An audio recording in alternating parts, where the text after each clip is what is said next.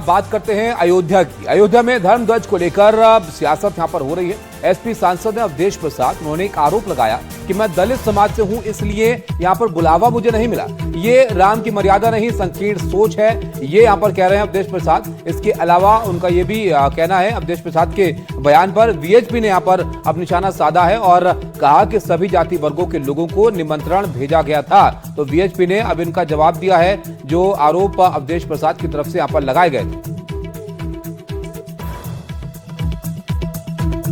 Samajwadi party के सांसद अवधेश प्रसाद, जिन्होंने यहां पर यह आरोप लगाया कि जो धर्म ध्वजा का कार्यक्रम था उसमें उनको इसलिए नहीं बुलाया गया कि वो दलित समाज से आते हैं। हमारे सहयोगी रणवीर ने उनसे बात की है, आपको दिखाते हैं बातचीत। मेरे साथ अयोध्या के सांसद अवधेश प्रसाद साहब हैं।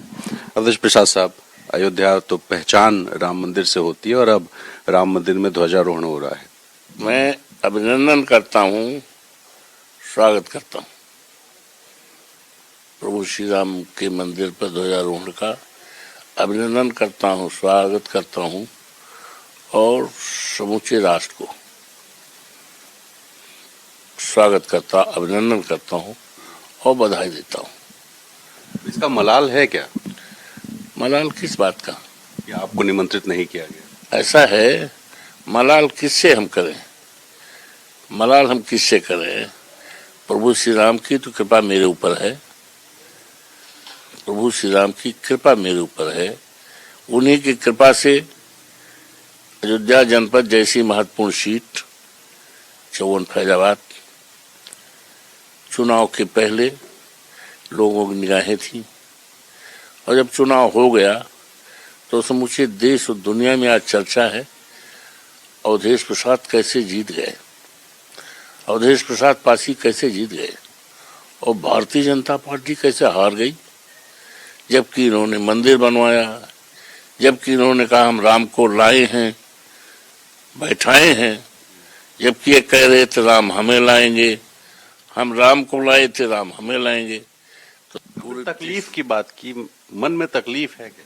नहीं, क्यों तकलीफ? किस आपने कहा ना तकलीफ की? हमें तकलीफ किस बात की? हमें तो खुशी है। I am very happy.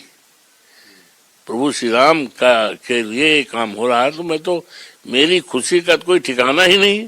प्रभु राम तो हमेशा हमेशा के लिए, हमेशा हमेशा ऑलवेज तो दर्शन तो हम करते रहेंगे। जाएंगे सरजू जी में स्नान करेंगे और दर्शन करें हनुमान जी का दर्शन। तो देखा आपने अवधेश प्रसाद का बयान, तो आपने यहाँ पर सुन लिया। अब आपको वीएचपी का प्रहार भी यहाँ पर सुनाते हैं। इनके इस बात पर क्या जवाब वीएचपी की तरफ से दिया गया वो भी आप देखते हैं। चलो जी, एक बड़ा आरोप अवधेश प्रसाद जी का, जो स्थानीय सांसद हैं, कि दलित होने की वजह से उनको निमंत्रण नहीं मिला। क्या सच्चाई है, क्यों नहीं गया निमंत्रण? निमंत्रण मिला कि नहीं मिला ये विषय नहीं है और ये लगातार जो है जिस प्रकार से वह एक भ्रम की स्थिति पैदा कर रहे हैं कि हम इस दलित समाज से हैं इसलिए हमको निमंत्रण, ऐसा बिल्कुल नहीं है। यहाँ पर प्रदेश के अनेक जिलों से, चाहे वह, पहली बात तो कोई भी, हम लोग प्रारंभ से ही कहते आए हैं, कोई नहीं है दलित अछूत, सब हैं भारत माँ के सपूत। भारत माँ के सभी सपूत हैं, कोई दलित नहीं, कोई ऊंच नहीं, कोई नीच नहीं, कोई जो है विभाजित नहीं। मुझे लगता है कि इस प्रकार से जो है एक विभाजन की रूपरेखा पैदा की जा रही है और समाज उसको देख रहा है। यहाँ जो आने वाले लोग थे वो काफी संख्या में लोग आए थे, जिसमें विभिन्न जाति वर्ग के लोग थे। हम लोगों ने जिनकी व्यवस्था की थी वो ऐसे ऐसे जातियों के लोग थे जिन्होंने भगवान श्री रामलला के चरणों में बैठकर संकल्प ले रखा था कि जब मंदिर बनेगा तो जरूर हम आएंगे, और ट्रस्ट ने उनको आमंत्रित किया। आज जो है वह उनका संकल्प जो है सिद्धि पूर्ण हुआ है और मुझे लगता है कि ये वर्ग था उसमें सारे वर्ग के लोग थे। मैं अगर जातियों की बात करें, क्योंकि उन्होंने दलित वर्ग कहा है, तो कौन कौन सी प्रमुख जातियां थी जिनके प्रतिनिधि के तौर पर बहुत सारे लोगों को बुलाया गया? बिल्कुल, जिन जातियों के लोग आए थे उसमें लगभग सभी जातियां थी, चाहे वह ओबीसी वर्ग के लोग हों, चाहे दलित वर्ग के लोग हों और चाहे जनरल वर्ग के, यानी कि सामान्य वर्ग के। तो मुझे लगता है कि ये जो भगवान राम के चरणों में बैठने वाले लोग सभी राम भक्त थे। और इसमें देखिए जो जातियां थी, मैं गिनती गिना दूं, उनके आरोपों को पहले ही जुटा, क्योंकि रविदास संत थे, उसमें रैदास संत थे, हमारे जो है बहुत समाज से लोग थे। मुझे लगता है कि उनके अंदर एक कुंठाग्रस्त हो गए हैं वो लोग। गोली चलाने वाले जो 30 अक्टूबर 2 नवंबर को वो दलित समाज की आज बात कर रहे हैं, वह जो है राम की बात कर रहे हैं।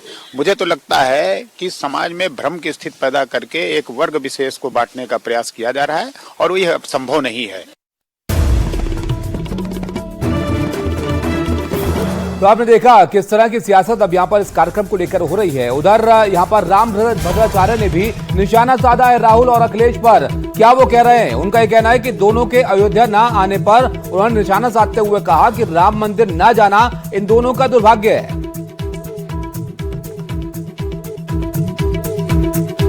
अब तक राहुल गांधी और अखिलेश यादव राम मंदिर दर्शन करने नहीं आए, क्या कहेंगे महाराज?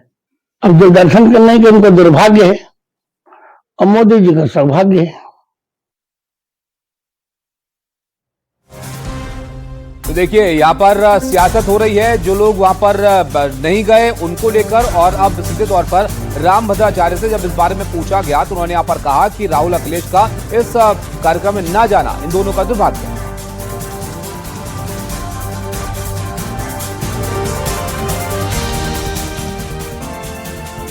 उधर आप देखिए धर्म ध्वजा की स्थापना के मौके पर कल पूरी अयोध्या सजी हुई थी। राम मंदिर में विशेष कार्यक्रम भी हुआ, लेकिन क्यों इसे त्रेता युग से जोड़कर देखा जा रहा है? क्यों कहा जा रहा है कि इस ध्वज के जरिए युगों युगों तक भगवान श्री राम का शौर्य देश को प्रेरणा देता रहेगा? इस रिपोर्ट में आप देखिए।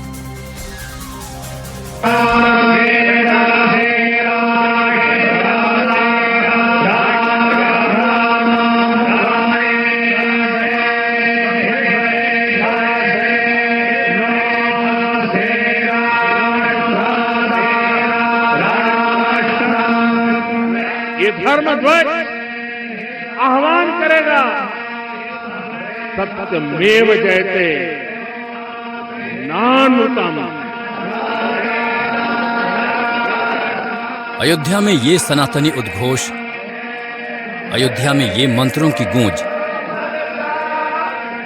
और राम मंदिर के शिखर पर यह धर्म ध्वजा, स्वर्ण जड़ित मंदिर के शिखर पर जब ये धर्म ध्वजा लहराई तब पूरी अयोध्या श्री राम के जयकारों से गूंज उठी।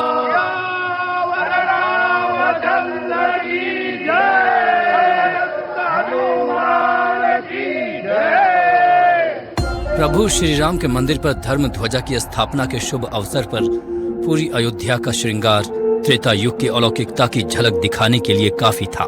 मंदिर के कोने कोने को अनूठे अंदाज में सजाया गया, लेकिन सबकी निगाहें उस पल के इंतजार में थीं कि कब धर्म ध्वजा मंदिर पर लहराएगी। और जैसे ही यह क्षण आया तो हर कोई राम मंदिर के शिखर को निहार रहा था।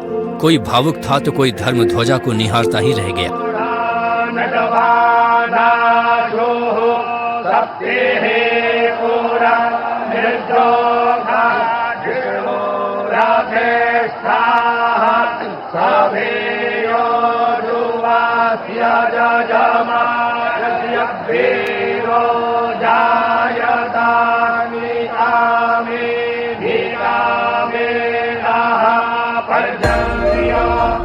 प्रधानमंत्री नरेंद्र मोदी ने अपने उद्बोधन धर्म ध्वजा का बखान अपने शब्दों में किया। पीएम मोदी ने धर्म ध्वजा के प्रभाव को त्रेता युग से लेकर कल युग के लिए जरूरी बताया। ये धर्म ध्वजा केवल एक ध्वजा नहीं, ये भारतीय सभ्यता के पुनर्जागरण का ध्वज है। इसका भगवा रंग, इस पर रचित सूर्य वंश की ख्याति, वर्णित ओम शब्द और अंकित कोविदार वृक्ष राम राज्य की कीर्ति को प्रतिरूपित करता है। ये ध्वज संकल्प है, ये ध्वज सफलता है, ये ध्वज संघर्ष से सृजन की गाथा है।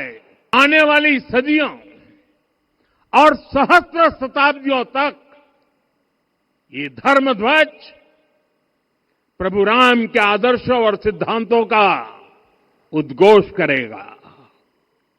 ये धर्म ध्वज आह्वान करेगा सत्यमेव जयते नानृतम।